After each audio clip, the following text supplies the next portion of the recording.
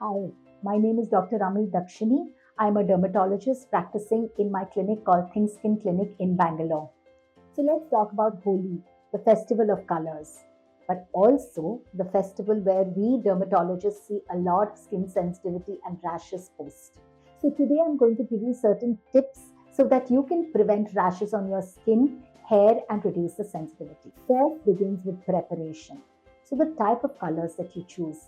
Prefer to use organic Gulal and not the grainy variety but the smooth variety, because the grainy ones sometimes contain glass pieces that can abrade the skin and cause increased sensitivity and sometimes even infection. The second is, do not forget to pick clothes which are completely covering your body, full sleeves and all the way down.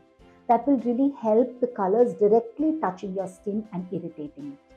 Before going out, remember to apply oil.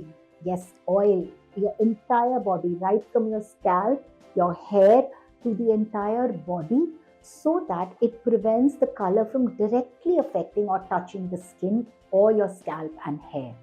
When you go out, don't forget to use your sunscreen. Even if you're playing with water, sunscreens, most of them are water resistant to at least 40 to 80 minutes.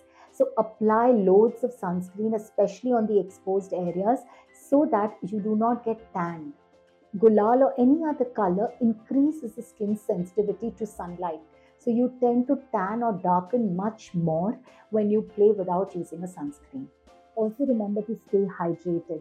So keep drinking water frequently, because if we play for a couple of hours, we tend to forget, and dry skin, dry body can also be more sensitive and can get tanned easily. When you come back, couple of things to remember. One is, dust off the excess color from your face, body as well as your hair before you wash it with water. When you take a shower, first remember to remove the extra color on the surface of the skin with oil and a cotton pad.